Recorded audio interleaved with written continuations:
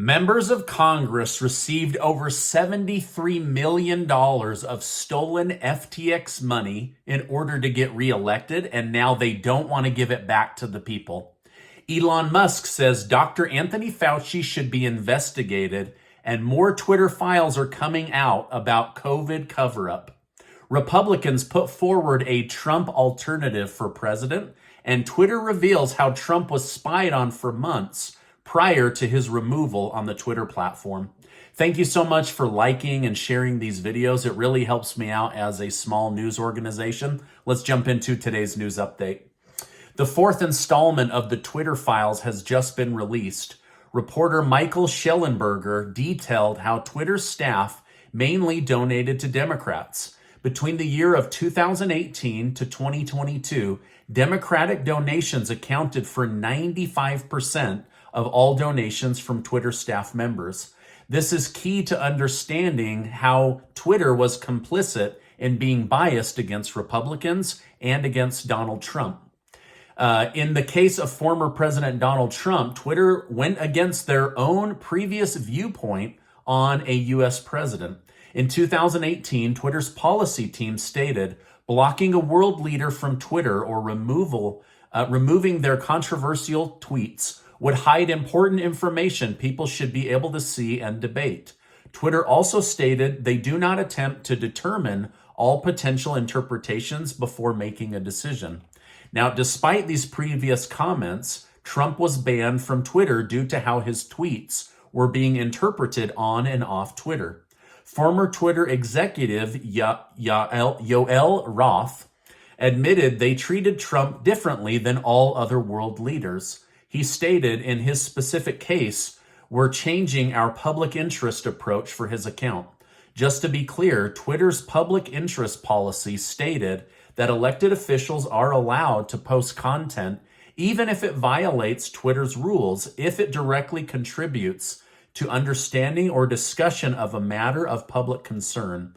Clear evidence is now available that Twitter staff violated their own rules and policies in order to ban President Donald Trump. Now, some of those tweets have been released, specifically on January 6th, where the former president is telling people to be peaceful, to go home, to not attack. All of that was removed, and so the media has forgotten, maybe on purpose, that he had asked people to leave. Now, in the case of former Twitter CEO Jack Dorsey, he may be in big legal trouble. It's now come out that he purposely misled and lied to many people in Congress about shadow banning, the Hunter Biden laptop story cover-up, and the banning of a U.S. president.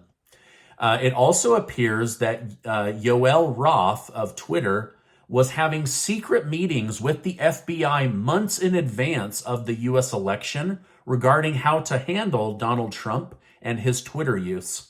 The FBI denies anything to do with this, but the FBI has basically shot their own credibility in the foot, especially when it comes to social media. We know now that Yoel Roth was using secret language in order to cover up his FBI meetings with the FBI, specifically around what to do about Donald Trump. This is in September, October, and November before the U.S. election. Representative Kevin McCarthy of California says if made Speaker of the House, he will be issuing subpoenas to the 51 former intelligence advisors that gave sworn affidavits that the Hunter Biden laptop story was fake. We have since learned that they collaborated and lied in order to cover up this story, and Kevin McCarthy says the American people demand answers.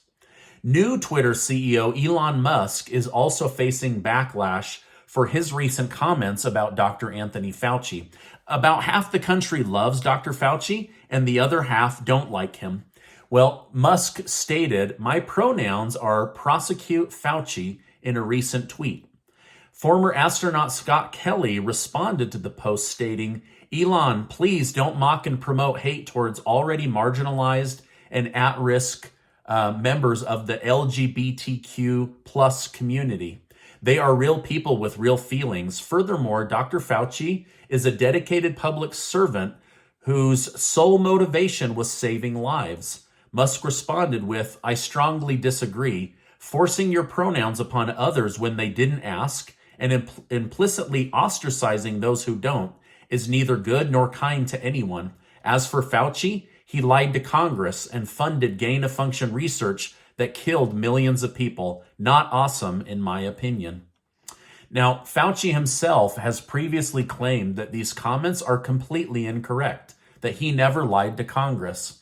We will eventually find out more details as an investigation into Dr. Anthony Fauci is pending, Republicans taking over the House of Representatives in January of next year.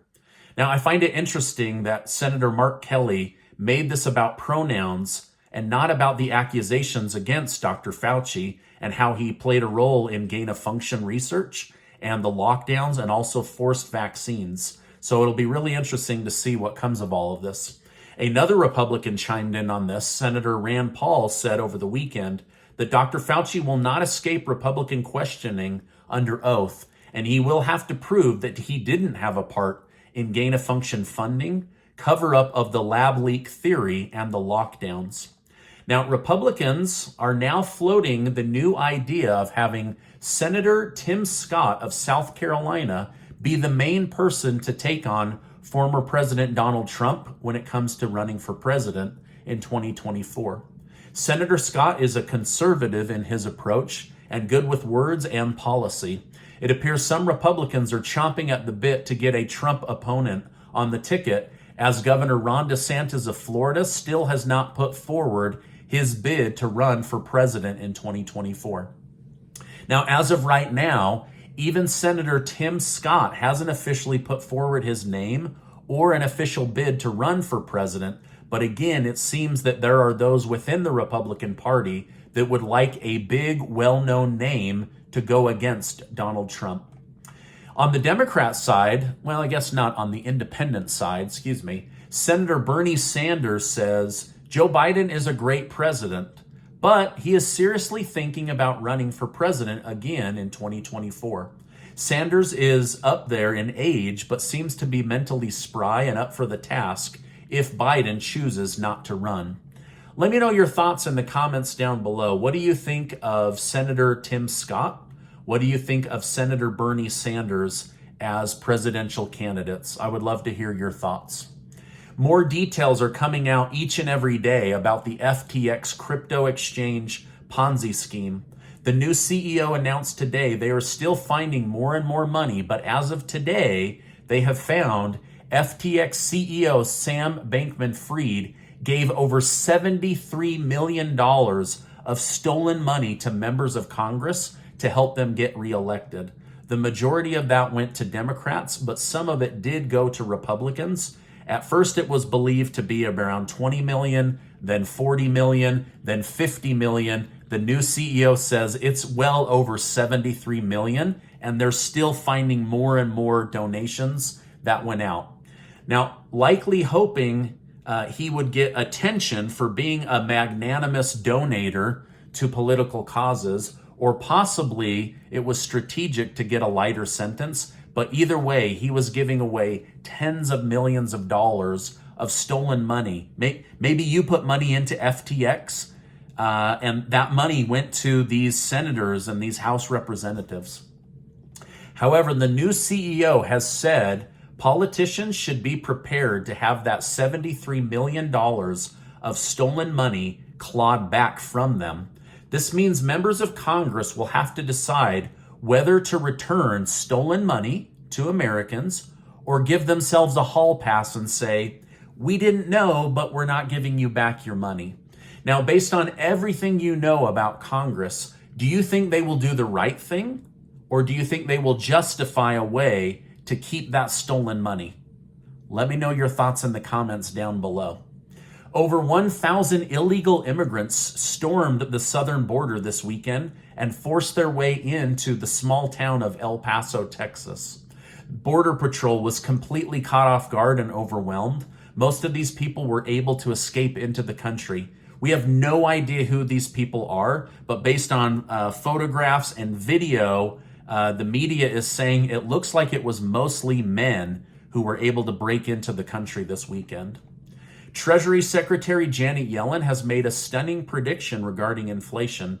She stated, "I believe by the end of next year, so the end of 2023, we will see inflation much lower if there's not an unanticipated shock." So she's saying a year from now, we might see the inflation needle start to go down, but then she gives herself an out by saying, unless there's an unanticipated shock. So I think she knows it's going to take longer for inflation to come down, and she's giving herself an out by saying, there's so many things that could just pop up. Now, this is the same Yellen that said inflation wasn't a problem and that it was transitory and would be gone. She's now eating crow, having to come back and say, we totally got it wrong. She's supposed to be the smartest money person in the country right now, and she totally missed the boat for the American people. Now, to back up her claims, she stated, we got people back to work, we closed the gap, we have a healthy labor market. To bring down inflation, and because almost everybody who wants a job has a job, growth has to slow. Now, do you think we have a healthy labor market? Do you think that things are getting less and less expensive? Because from what I see, they're getting more expensive. But let me know your thoughts in the comments down below. Former President Donald Trump revealed over the weekend that he turned down a prison swap when he was president. He stated, "I turned down a deal with Russia for a one-on-one swap with the so-called Merchant of Death for Paul Whelan. I wouldn't have made the deal for 100 people in exchange for someone that has killed untold numbers of people with his arms deals." Biden has continued to receive backlash for trading a known arms dealer that likely led to thousands of people dying for a former WNBA basketball player. But this Paul Whelan, this veteran, he still needs to be brought home. So at this point, I don't know how they're going to do that, but the White House says they are continuing to negotiate with Vladimir Putin and the Russian government leaders. Now, this is my update for today. As I know more, I will definitely come on and share more with you. Before you go, make sure to get your name entered to be one of the winners of the $15,000 in cash that Casey and I are giving away on December 18th. There's going to be 25 winners in total, and we're so excited to be able to give that money away. Now, before you go, I want to remind you that you are amazing. Make sure to check out this important video and be subscribed to the channel. Thanks for stopping by, and I'll see you on the next video.